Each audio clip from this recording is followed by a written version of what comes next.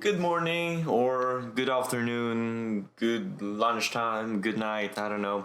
My name is David Miranda, and in today's video we're going to go through what you need to know when starting Swtor Online. So in my previous video I went through what you need to know when starting it, but now when you've started it, you've created your character, you've chosen your class, here are a few things you should know when you've started the game. If you would consider this video helpful, please leave a like and a comment down below so I know what I can do better for your experience with my videos. But let's get right into this video. Let's go.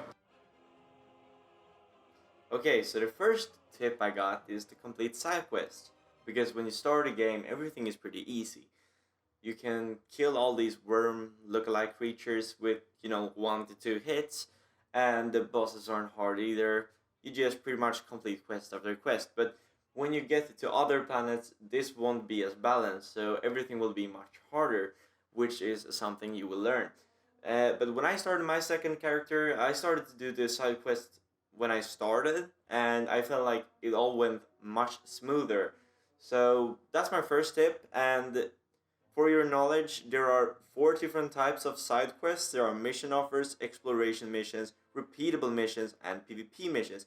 I've never done a PvP mission though, and I think those are very, very hard. So I wouldn't start with these, but well, if you're a pro, you're a pro.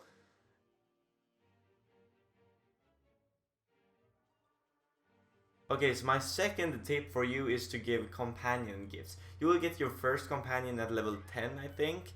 And it's very important to give these gifts to your companions, because this will make your companion, like level up, and it will be more helpful for you. And you will have a better bond as well.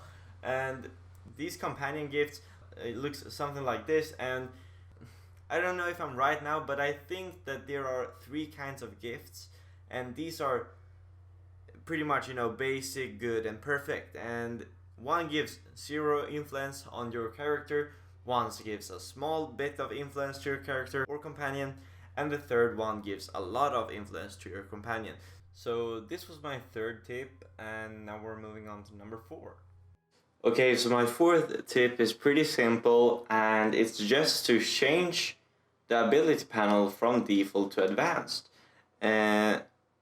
Because when you do this, it will be less of a burden later on in the game, because when you progress the game, you will get new abilities, and after a while they won't fit on the default ability panel. And if you change this in the beginning, you won't have to drag them down from the ability, like, I don't know, like index, the ability index we'll call it. So it's less of a burden later on in the game, and I didn't do this my first time, and I thought this was, like, it didn't take so much, it didn't take long of a time, but it was still a really boring thing to do, and it just felt more right when everything was in place in the beginning, So that was my fourth tip, and now we're moving on to number 5. Now we're going to speak legacy. Legacy is pretty much one of the most important things in the game, and this is because when you unlock and create a name for your legacy, you will get access to new perks and new abilities that you can unlock, but also to the legacy bank, which I think is one of the greatest things in the game, because this is pretty much like an inventory that is connected to your entire account, so not just to a certain character, which I think is great. And the reason why this is great is pretty much because if you play as a high level character and you're just playing, and you get a really good piece of gear that your character can't use, then you can pretty much keep this gear and put it in the legacy bank, and then pick it out as another character.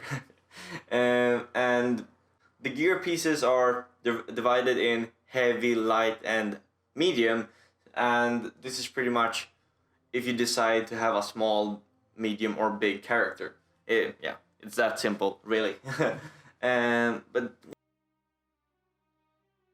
okay, so if you've sticked along to this part of the video, then I'm really grateful, and you will get a bonus. This isn't really a tip you need in the game, but it's a very cool little feature in the game, which is how to get your own home slash stronghold.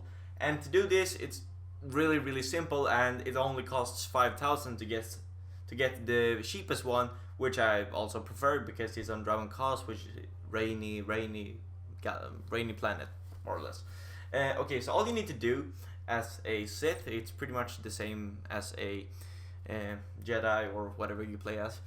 You press on map, go to galaxy map, and go to the Imperial fleet, and then you go to stronghold and crew skills, and then you will go to one.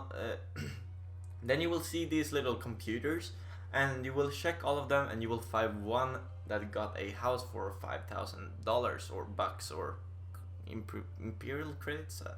Well, I don't know. But anyways, that's all you gotta do. Then you got your own stronghold. But there will be expansions in the house, but in my opinion, they're really worth to buy. I think I spent like 2 million on those, just because. Why not? But those are all my tips for today, guys. Hope you enjoyed this video, and this is the second video I've done, and I'm a little bit nervous in front of the camera or in front of the mic.